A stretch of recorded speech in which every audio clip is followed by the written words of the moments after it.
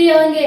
आज हमारे क्लास में यानी वीडियो अकेडमी 2.0 पे आप लोगों को बीएड फर्स्ट ईयर का वीवीआई क्वेश्चन बताया जाएगा, जिसमें आप लोगों को हर एक most very very important question बताया जाएगा, जो आप लोगों को 2020 से लेकर 2025 तक की सारे क्वेश्चन रहने वाली है, जो लगातार बीएड के एग्जाम में पूछे जाते हैं, वो आप लोगों को इस वीडियो में बताया जाएगा।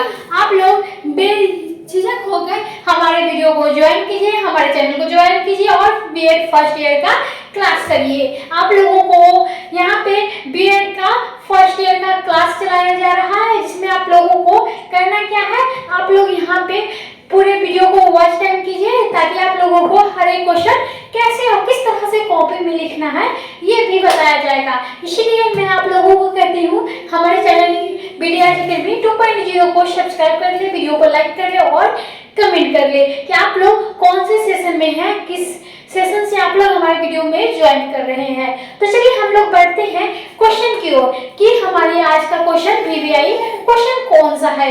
तो सबसे पहले आप लोगों को क्या पढ़ाया जाएगा, ये आप लोगों को बताया जाएगा। यहाँ पे आप लोगों को class 5 understanding discipline and subject के बारे में बताया जाएगा, यानी हिंदी में हम लोग बात कर लिया जाए तो अनुशासन एवं विषय की समझ।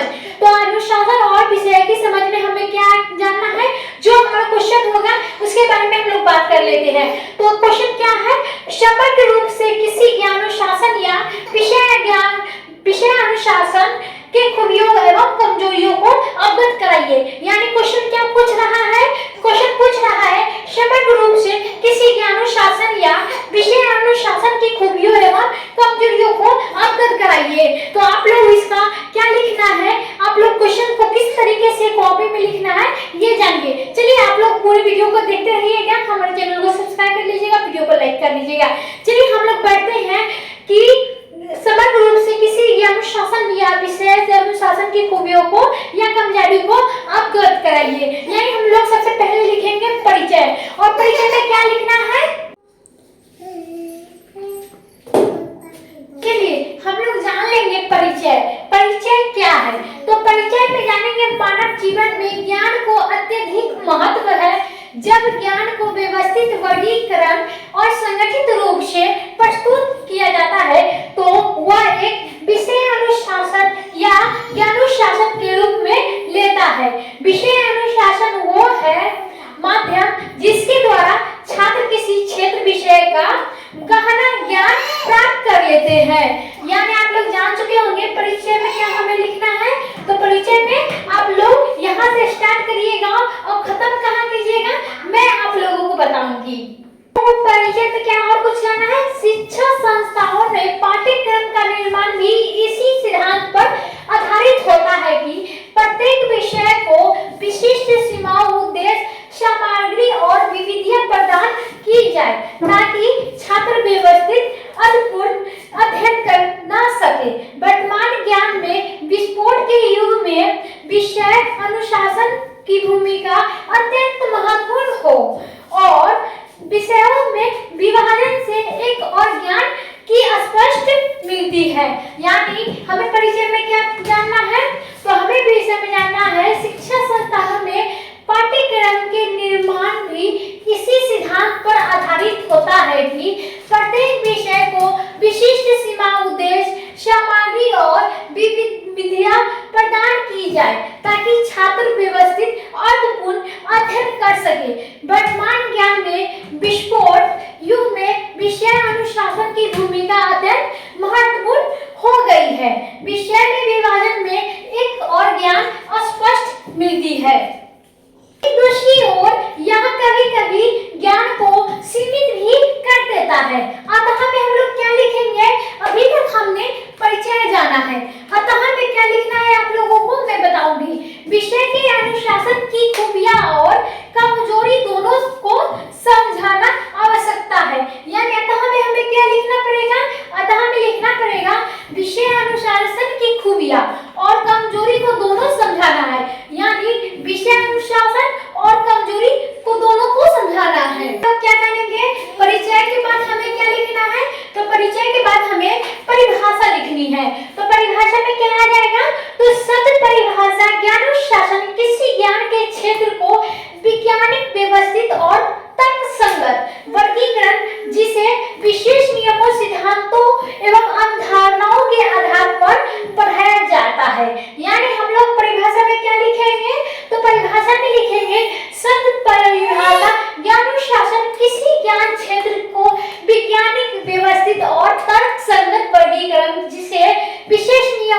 सिद्धांतों एवं अवधारणाओं के आधार पर पढ़ाया जाता है।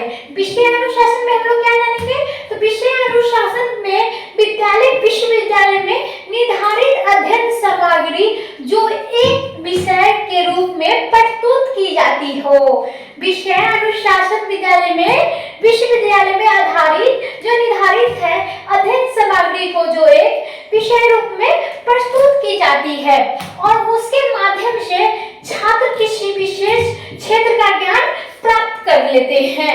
आप लोग परिभाषा में क्या लिखेंगे, आप लोग नोट करते रहिएगा कि आप लोगों को परिचय परिभाषा लिखनी ही होगी। आप लोग जितने बढ़िया से कॉपी लिखेंगे उतने ही आप लोगों के अच्छे मार्क्स आएंगे।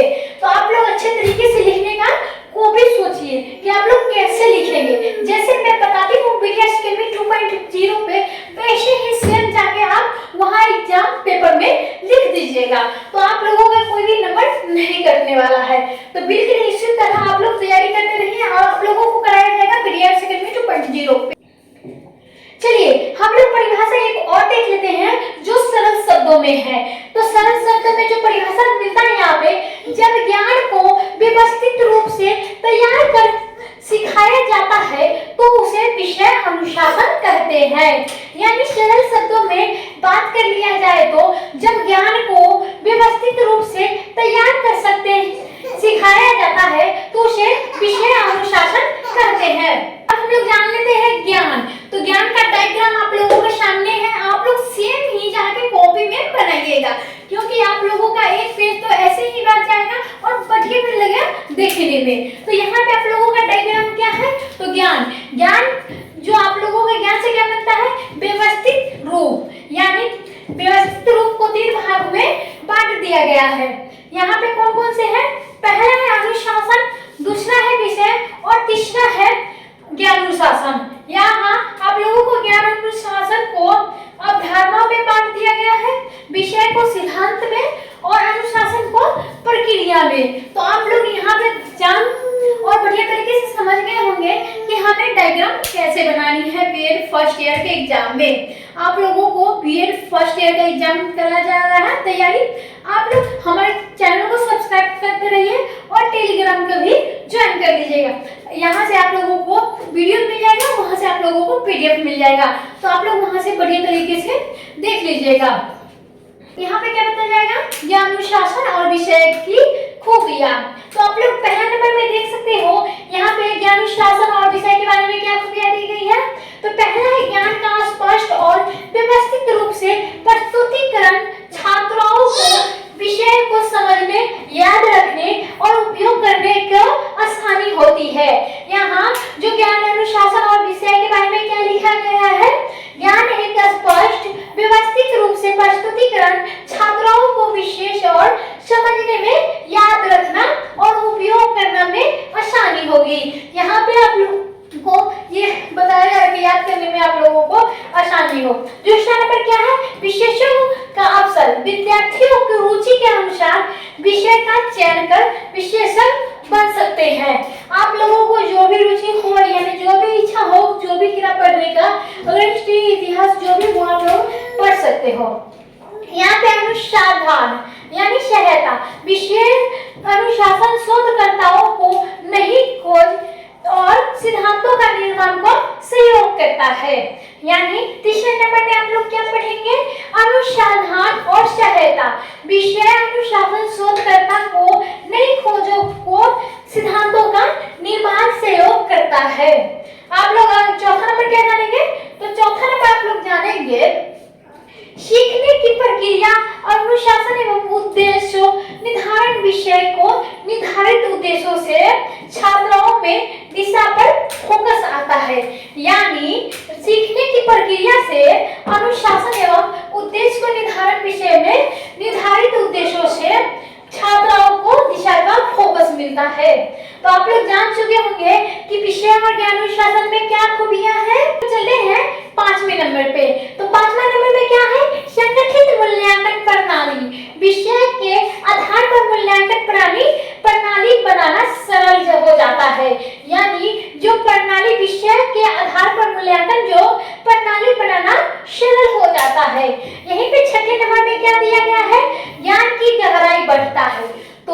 ज्ञान और विषय में क्या खूबियां है ये बताया जा रहा है। तो उसमें 6 पार्ट में बांट दिया गया है।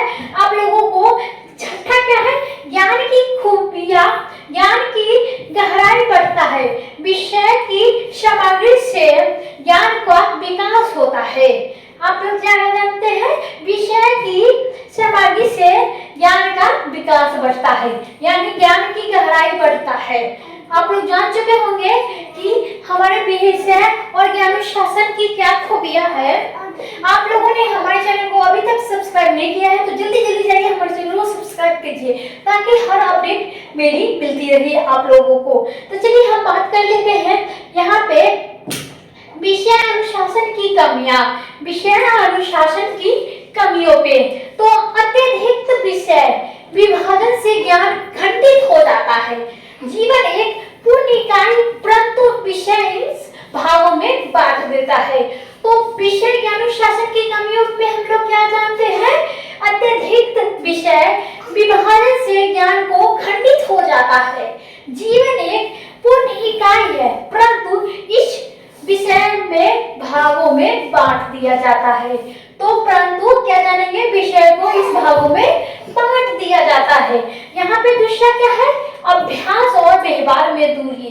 तो क्या जानेंगे हम लोग विषय ज्ञानानुशासन की कमियों में, तो अभ्यास और व्यवहार में दूरी। विषय अनुशासन कभी कभार व्यवहारिक जीवन से जुड़ाव कम करा देता है, यानी जो अभ्यास और व्यवहार की दूरी जो होती है विषय अनुशासन में कभी कभार व्यवहारिक जीवन में कम कर देता है। तो आप लोग जान चुके होंगे कि यहाँ पे विषय और ज्ञानानुशासन की कमियां क्या होगी। तो आप लोग ने नोट कर लिया होगा और अभी आप लोगों को और भी जानकारी लेनी है। अभी आप लोगों को और भी जानकारी लेनी है विषय और ज्ञानानुशासन के कमियों में। तो यहाँ पे हम लोग देख लेते हैं क्या है अगला क्वेश्चन। तो यहाँ पे तीसरे नंबर क्या है, तो तीसरा नंबर जो है आप लोगों के सामने वो है अत्यावश्यक। तीसरा नंबर क्या है आप लोगों के सामने है, अंतविषयक सीखने बाधा। अंतविषयक जो सीखने में बाधा होती है, कई बार केवल अपने विषयों तक सीमित रह जाते हैं, जो अन्य विषय का ज्ञान ही नहीं प्राप्त कर पाते हैं। तो क्या आ जाएगा अंतविषयक सीखने में बाधा, तो कई बार केवल अपने विषयों में ही सीमित रह जाते हैं और अन्य के पुस्तकों की ज्ञान हम नहीं ले पाते हैं। तो अगला क्या है, चौथा नंबर, विषय के नाम पर अन्वेषक का बोझ विषय। तो जो आप लोगों को पढ़नी है चौथे नंबर पे, वो क्या पढ़नी है, विषय के नाम पर अनुवंशक का बोझ। तो विषय के भीतर अनुवंशक समझ छात्र के लिए एक बोझ बन जाती। हमें समग्र विश्लेषण में क्या पढ़नी है, तो हमें पढ़नी है विषय अनुशासन का ज्ञान वह व्यवस्थित करता है, लेकिन यह हमेशा वास्तविक जीवन में संदर्भ से ही नहीं जुड़ा होता है। यानी आप लोगों को क्या जाननी है, संदर्भ जो समग्र विश्लेषण में, तो समग्र विश्लेषण में विषय अनुशासन ज्ञान को व्यवस्थित करता है, लेकिन यह हमेशा वास्तविक जीवन के संदर्भ से ही नहीं जुड़ा होता है। तो यहाँ पे आधुनिक शिक्षा नीति यानी आधुनिक शिक्षा नीति जो है NEP 2020 के तहत अंतविषयक एक बहुविषयक शिक्षा के प्रोत्साहित करती है, ताकि विषय अनुशासन की कमियों को दूर किया जाता है। यानी जो समग्र विश्लेषण में क्या पढ़ते हैं हम लोग, तो पढ़ेंगे आधुनिक शिक्षा नीति जो NEP 2020 के तहत अंतविषयक और बहुविषयक शिक्षा को प्रोत्साहित करती है, ताकि विषय अनुशासन की कमियों को दूर कर सके। तो आप लोगों ने जान चुके होंगे समग्र विश्लेषण में हमें क्या पढ़ना है और एग्जाम सेंटर में एग्जाम कोड में क्या लिखने हैं। तो आप लोग बढ़िया तरीके से लिखिएगा हर एक क्वेश्चन को आंसर। तो आप लोग जानते ही होंगे कि आप लोगों को क्या आंसर लिखना है और किस तरीके से टॉपिक बढ़िया से लिखना है, कि हमें लास्ट और अंतिम में क्या लिखना है, तो हमें अंतिम में और लास्ट में निष्कर्ष लिखना है।